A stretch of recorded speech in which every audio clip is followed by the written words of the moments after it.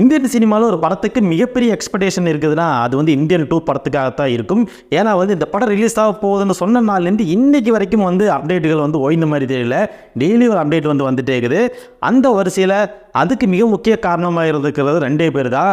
உங்களுக்கு எல்லாருக்குமே நல்லா தெரிஞ்சிருக்கும், சங்கர் அண்டு கமல்ஹாசன். இவங்க 2 பேர்த்தோட கூட்டணிங்கிறதுனால தான் வந்து இவ்வளோ பெரிய எக்ஸ்பெக்டேஷன் வந்து எகிரிட்டு இருக்குது.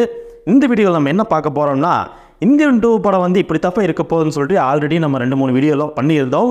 மக்கள் எல்லாருமே வந்து இந்த கதை இப்படித்தான் இருக்கும்னு சொல்லி ஒரு இது ஒன்று வச்சுருப்பாங்க, ஒரு செட்டப் ஒன்று வச்சுருப்பாங்க. ஆனால் அந்த செட்டப்பெல்லாம் மாற்றி தூக்கி போட்டு நீங்கள் நினைக்கிற மாதிரி கதை வந்து இது கிடையாது, இது வேறு மாதிரி கதைன்னு சொல்லிட்டு சங்கர் வந்து இந்த கதையுமே கொஞ்சம் மாற்றிருக்காரு. அந்த விஷயம் வந்து இப்போ தான் வந்து சங்கரோட நெருங்கிய வட்டாரத்துலேருந்து இந்த விஷயம் வந்து லீக் ஆகிருக்குது. இந்த கதை எப்படி இருக்க போகுது அப்படிங்கிறோட சங்கரோட பார்வையில் இந்த கதையை வந்து நான் சொல்ல போகிறேன். அது மட்டும் இல்லாமல் இந்த வீடியோவில் உலகநாயகன் கமல்ஹாசன் அவர்கள் வந்து நடிகர் ரஜினியை பற்றி ஒரு ரீசெண்டாக ஒரு விஷயம் பேசியிருக்காரு. அது சோசியல் மீடியாவில் ரொம்ப வைரலாக போயிட்டுருக்குது.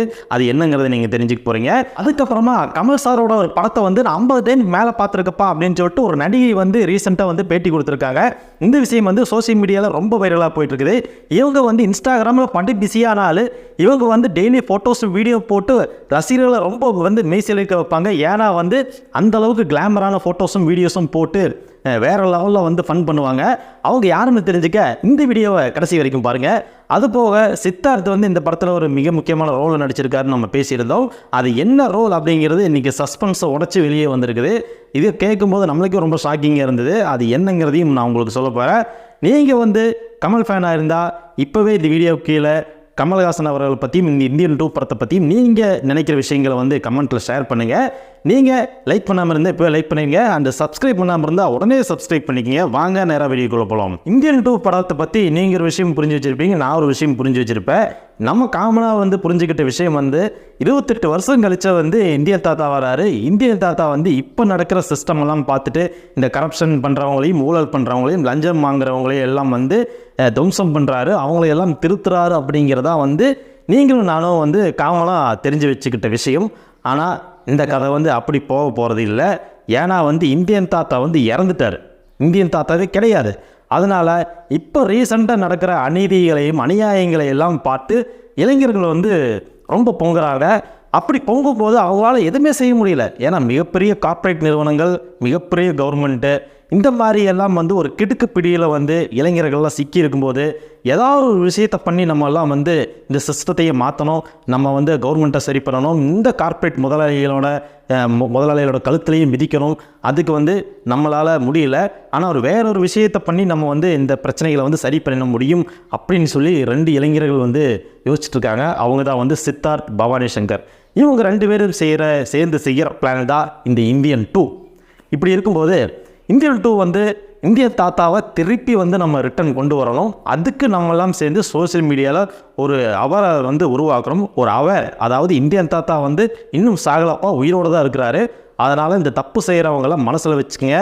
நீங்கள் தப்பு செய்யும்போது கண்டிப்பாக இந்தியன் தாத்தா ரிட்டர்ன் வந்துட்டார். அவர் வந்து உங்களை கேள்வி கேட்பார், அவர் வந்து உங்களை வந்து செய்ய போகிறாரு. அதனால் பி கேர்ஃபுல் அப்படிங்கிற மாதிரி ஒரு விஷயத்தை வந்து சோசியல் மீடியாவில் ட்ரெண்ட் பண்ணுறாங்க. அதுதான் வந்து தாத்தா வராரு, கதற விட போகிறாரு, செதற விட போகிறாரு அப்படிங்கிற மாதிரி சாங் வந்து அந்த இடத்துல வருது. இப்படி இருக்கும்போது இந்தியன் தாத்தா வந்து வரப்போகிறாரு சொல்லி சோசியல் மீடியாவில் அனௌன்ஸ் பண்ணிட்டாங்க. அதுக்கு ஒரு எவிடெண்ட்டாக வந்து ஒரு வீடியோவாவது ரிலீஸ் பண்ணணுமே அப்படிங்கிறதுக்காக சித்தார்த் பண்ணுற ஒரு சின்ன வேலை தான் வந்து என்னென்னா, சந்துருவை வந்து இந்தியன் தாத்தாவாக நடிக்க வைக்கிறாரு. சந்துரு யாருன்னு கேட்டிங்கன்னா சித்தார்த்தோட அப்பா, சேனாதிபதியோட பையன். இந்த சந்துருவை வந்து இந்தியன் தாத்தா மாதிரி கெட்டப் போட்டு சோசியல் மீடியாவில் ஒரு விஷயத்தை பேச வச்சு, இந்தியன் தாத்தா நான் வந்துட்டேன், அதனால் ஓடவும் முடியாது ஒளியவும் முடியாது அப்படிங்கிற மாதிரி எல்லாம் வந்து ஒரு வீடியோவை மேக் பண்ணி சோசியல் மீடியாவில் சுத்த விட்றாங்க. இதை பார்த்து நிறைய கார்ப்பரேட் முதலாளிகளாம் இந்தியன் தாத்தா வந்துட்டாரா, சேனாபதி வந்துட்டானா, இப்படி சேனாபதி உயிரோடு இருக்கிற வாய்ப்பு இல்லைன்னு சொல்லிட்டு அவங்களோட மொத்த ஃபோக்கஸும் வந்து நம்ம சேனாபதி மேலே திரும்புது, அதாவது சந்துரு மேலே திரும்புது. இதுக்கப்புறம் நடக்க போகிற விஷயங்கள் தான் வந்து ரொம்ப விறுவிறுப்பாக போகுதாம். ஏன்னா வந்து இந்த வில்லன் குரூப்பெல்லாம் சேர்ந்து இந்த சேனாதிபதி நினச்சிட்டு சந்துருவை வந்து அட்டாக் பண்ண ஆரம்பிக்கிறாங்க. அப்படி அட்டாக் பண்ணும்போது சந்துரு வந்து இந்த வில்லன் குரூப்கிட்டேருந்து எப்படி தப்பிக்கிறாரு அப்படிங்கிறதான் வந்து மீதி கதை. இதில் வந்து இந்த படத்தில் கிளைமேக்ஸில் வந்து ஒரு சஸ்பென்ஸ் இருக்குது. என்னென்னா வந்து கிளைமேக்ஸ் நெருங்க தான் உண்மையான இந்தியன் தாத்தா வந்து வராருங்கிற மாதிரி சொல்கிறாங்க. ஏன்னா கிளைமேக்ஸில் சந்துரு மாட்டிட்டு முழிக்கும் போது இந்தியன் தாத்தா வந்து சந்துருவை வந்து மீட்டு இந்த எதிரிகளை எல்லாம் அழிக்கிறாரு. உண்மையான இந்தியன் தாத்தாவே கிட்டத்தட்ட ஒரு அரை மணி நேரம் தான் வராராம். அதுக்கு முன்னாடி இருக்கிற இந்தியன் தாத்தா வந்து வேறு யாரும் இல்லை, நம்ம சந்துரு தான். அதனால தான் வந்து ஏஜ் டிஃப்ரென்ஸ் வந்து ஒரு சீனுக்கும் இன்னொரு சீனுக்கும் டிஃப்ரெண்ட் இருந்தது. இப்படி சந்துரு வந்து இந்தியன் தாத்தாவாக நடிக்கிறாரு. அப்படி நடிக்கும்போது உண்மையாகவே இந்தியன் தாத்தா வந்தால் எந்த அளவுக்கு பர்ஃபார்ம் பண்ண முடியுமோ அந்த அளவுக்கு தன்னோட அப்பா மாதிரியே வந்து சந்துரு வந்து இந்த எதிரிகளை எல்லாம் டீல் பண்ணுறாரு அப்படிங்கிற மாதிரியெல்லாம் இந்த படத்தில் இருக்குன்னு சொல்லிட்டு சங்கரோட நெருங்கிய வட்டாரத்தில் வந்து இது சொல்கிறாங்க. அதுக்கப்புறமா வந்து சோசியல் மீடியாவில் வந்து இன்னொரு விஷயம் வந்து ஸ்ப்ரெட் ஆகிட்டு இருக்குது. அது என்னன்னா வந்து சித்தார்த்தே வந்து இந்தியன் தாத்தாவை வந்து கெட்டப்பெல்லாம் போட்டுட்டு வந்து இந்த எதிரிகளை எல்லாம் டீல் பண்ணுறாரு அப்படிங்கிற மாதிரிலாம் சொல்கிறாங்க. ஏன்னா காமன் மேனாக போய் கேள்வி கேட்டால் யாருக்கும் பயம் இருக்காது. அதனால் நம்ம இந்தியன் தாத்தாவை மாறி நம்ம வந்து ஒரு சில விஷயங்கள் நம்மளால் செய்ய முடியும்னு நம்பி இந்தியன் தாத்தா மாதிரியே வந்து சித்தார்த் வந்து கெட்டப் போட்டுட்டெல்லாம் வந்து இந்த படத்தில் வந்து மக்களுக்கு அவேர் பண்ணுறதுக்காக நடிச்சிருக்காரு அப்படிங்கிற மாதிரிலாம் சொல்கிறாங்க. அது எந்த அளவுக்கு உண்மைன்னு தெரியல, படம் ரிலீஸ் ஆனாதான் தெரியும். சரி, அதுக்கடுத்ததாக வந்து நம்ம பார்க்க போகிற விஷயம் வந்து ரஜினியை பற்றி கமல் வந்து ரீசெண்டாக ஒரு விஷயம் வந்து பேசியிருக்காரு. அது என்னன்னா வந்து எந்த பிரச்சனையும் கிடையாது. ஏன்னா வந்து நாங்கள் 2 பேருமே வந்து ஒரே இடத்துலேருந்து வந்தவங்க தான், எங்கள் 2 பேர்த்துக்கும் ஒரே குரு தான் இருக்கார். அதனால் எங்களுக்குள்ள போட்டி இருக்கே தவிர்த்து பொறாமையோ வேறு எந்த கெட்ட எண்ணங்களோ கிடையாது.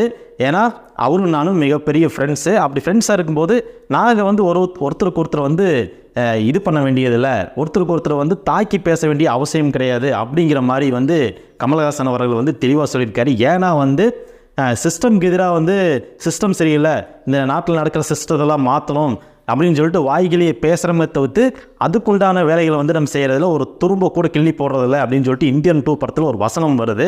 அதை வந்து கமலஹாசன் அவர்களும் சங்கர் அவர்களும் ரஜினியத்தான் குறை சொல்லி இந்த படத்தில் இந்த வசனம் வச்சுருக்காங்க அப்படிங்கிற மாதிரி ஒரு தவறான கருத்து வந்து சோசியல் மீடியாவில் ஸ்ப்ரெட் ஆகிட்டு இருக்குது. அது வந்து உண்மை கிடையாதுப்பா அப்படிங்கிற மாதிரி வந்து கமலஹாசன் அவர்கள் வந்து அந்த படத்தோட வசனத்துக்கு ஒரு எக்ஸ்பிளனேஷன் கொடுத்துருக்காரு. அது வந்து ரஜினி ரசிகர்களை ரொம்ப நிகழ்ச்சியில் ஆழ்த்திருக்கு.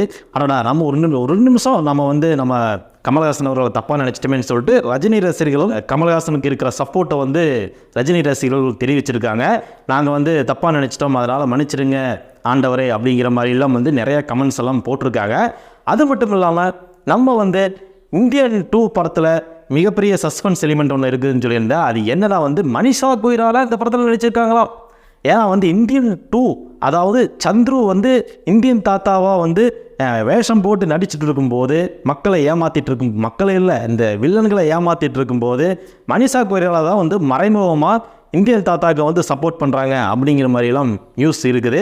அதுக்கப்புறமா கமலோட ஒரு மிக முக்கியமான படத்தை வந்து ஒரு நடிகை வந்து 50 முறை பார்த்துருக்காங்க அப்படின்னு சொல்லி ஒரு விஷயம் சொல்லியிருந்தேன். அவங்க வேறு யாரும் இல்லைங்க, நம்ம ரகுல் பிரீத் சிங் தான். இவங்க வந்து நம்ம தமிழில் ரிலீஸ் ஆன அபய் சண்முகி படம் வந்து பாலிவுட்டில் வந்து சாட்சி 420 அப்படிங்கிற ஒரு படமாக வந்து ரிலீஸ் ஆயிருந்தது. அந்த டைமில் வந்து நம்ம ரகுல் பிரீத் சிங் வந்து ரொம்ப குட்டியான பொண்ணு, ரொம்ப சின்ன வயசு. அப்போ வந்து அவங்க வந்து தன்னோட பேரண்ட்ஸோடு போய் அந்த படத்தை வந்து ஒரு 50 டைம் பார்த்துருப்பேன். அந்த படம் எனக்கு ரொம்ப பிடிச்சிருந்தது.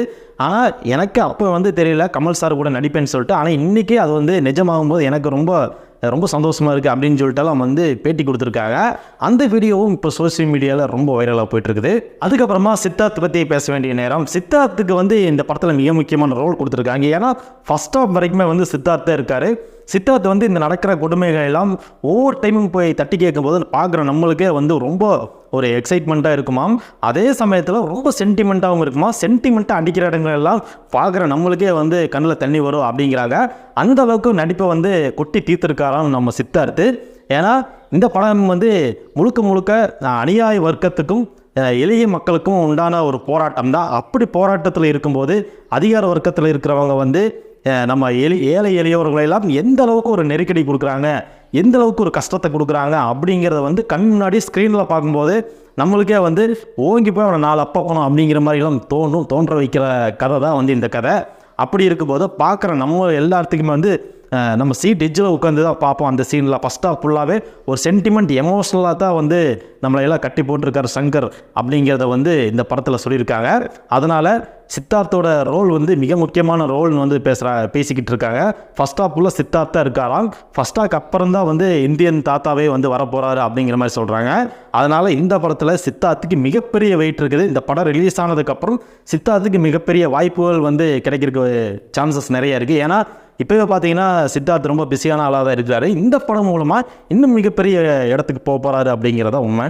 அதுக்கப்புறமா கிளைமேக்ஸில் வந்து ஒரு மிகப்பெரிய ஃபைட் சீன் இருக்குதாம். அந்த மிகப்பெரிய ஃபைட் சீனில் வந்து கமல் நிறையா ஸ்டண்ட் பண்ணியிருக்காராம் இந்தியன் தாத்தாவா. அப்படி வந்து ஸ்டண்ட் பண்ணும்போது கூட வந்து சப்போர்ட்டிங் ரோலில் வந்து நம்ம சித்தார்த்தும் இருக்கார். சித்தார்த்தும் கமலும் சேர்ந்து தான் கிளைமேக்ஸில் கலக்கியிருக்காங்க அப்படின்னு சொல்கிறாங்க. அந்த ஃபைட் வந்து ஒரு விசுவல் ட்ரீட்டாக இருக்க போதாம்.